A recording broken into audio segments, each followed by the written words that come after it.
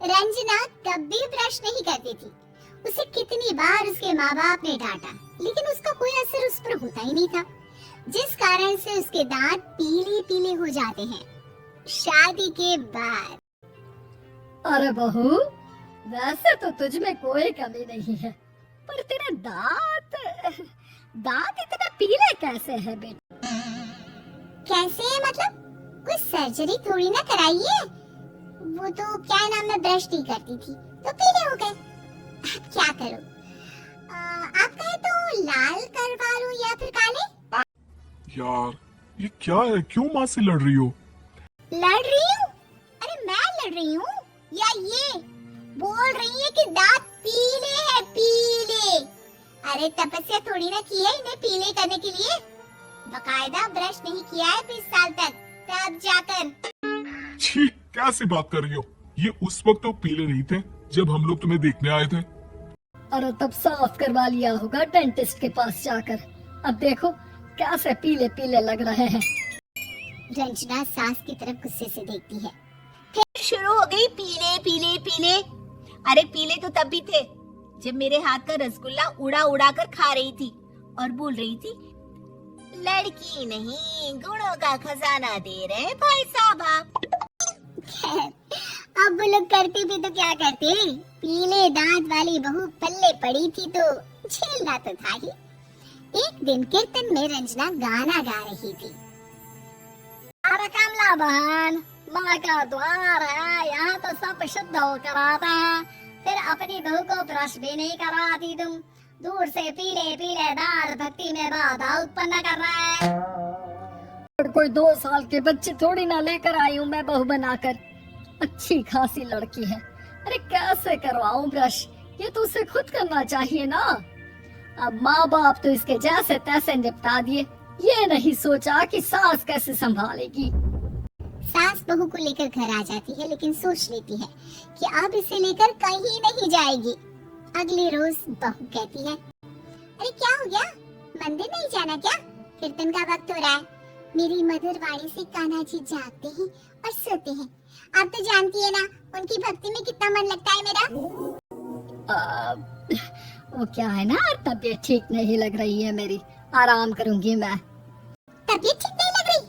अभी तो मिथुन के गाने पर नाच रही थी आप, और अब बोल रही है कि तबीयत ठीक नहीं लग रही। अरे भक्ति में मन लगा लो सासू माँ, ऊपर जाना है, क्या मुंह दिखाओगी आप? हाँ? सास को बहू की बात पर गुस्सा आ जाता है। मैं क्या मुंह दिखाऊंगी, इसकी चिंता तो ना कर, समझी? अपने मुंह की चिंता कर, जो ये पीले पीले दांत लेकर हर जगह पहुंच जाती है। पता है लोग कितना मजाक बनाते हैं। ना जी ना, मैं नहीं जाना कहीं तेरे साथ।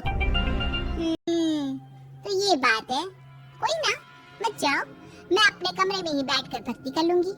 ऊपर वाला दांत थोड़ी ना देखता है, मन देखता है, भावना देखता है।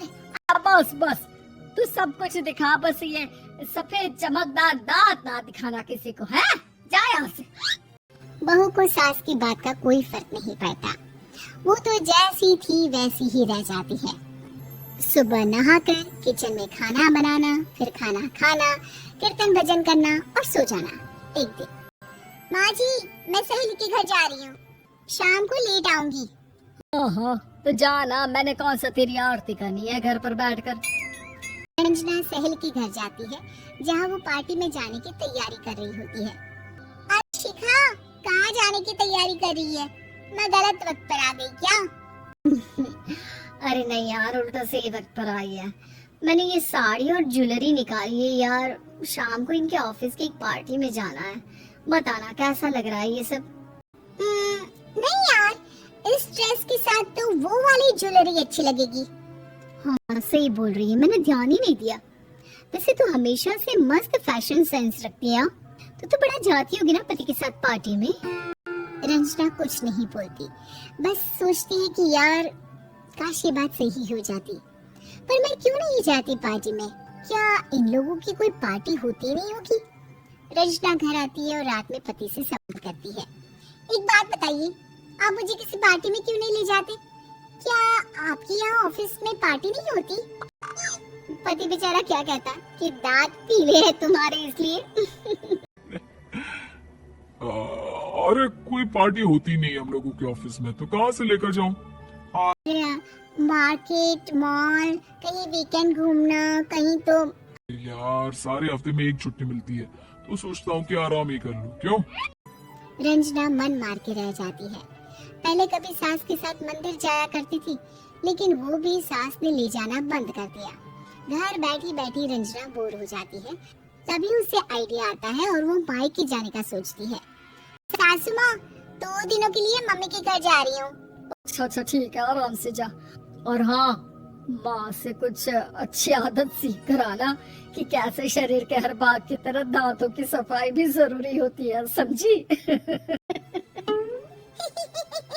शुरू हो गई ना आप? वो लोग आपकी तरह नहीं है कि छोटी छोटी बात का पतंगड़ बना दे। उन लोगों के लिए मैं मायने रखती हूँ, ना कि मेरे पीले पीले दांत। रंजना माँ को बिना बताए उन लोगों को सरप्राइज देती है, लेकिन जैसे ही वो दरवाजे पर पहुँचती है, अंदर देखती है कि घर वाले कहीं जा रहे होते हैं। माँ, काश रंजना दीदी के दांतों वाली प्रॉब्लम नहीं होती, तो वो भी हम लोगों के साथ चलती ना बुआ जी की बेटी की शादी में। हाँ बेटा, लेकिन अब उसे कौन समझाए कि उसको उसके पीले दांत नहीं दिखते, लेकिन उसके आसपास के लोगों को कितना एम्बैरेसिंग फील कराते हैं। मुझे तो कितनी बार उसके स्कूल की टीचर ने शिकायत की कि उसके साथ कोई लड़की बैठना भी नहीं चाहती, और ना ही कॉलेज में कोई उससे बात करना चाहता था, लेकिन पता नहीं क्यों उसे ये बात समझ में नहीं आती। कोई कमी नहीं है उस लड़की में, बस यही के दांत पीले हैं। वो तो भला हो जीजा जी और उनकी माँ का, जो दीदी को जैसी है वैसे ही रखा हुआ है। रंजना को अपने घर वालों की बात सुनकर बहुत दुख होता है। वो सोचती है कि वो क्या करे, लेकिन फिर वो सीधा डेंटिस्ट के पास जाती है, अपने दांत चमकाती है और कसम खाती है कि वो रोज ब्रश करेगी। अरे क्या हो गया? तुम तो 2 दिनों के लिए गई थी ना, पर कोई ना, अच्छा है, चलो आ गई तो। रंजना सास के सामने आकर खड़ी हो जाती है और पूरी स्माइल करती है, उसके चमकदार दांतों को दिखाती हुई। हाँ? चले मंदिर। माँ, मुझे माफ कर दीजिए, मैंने आप लोगों को बहुत एम्बैरेसिंग फील करवाया। मैं आज से रोज ब्रश करूंगी।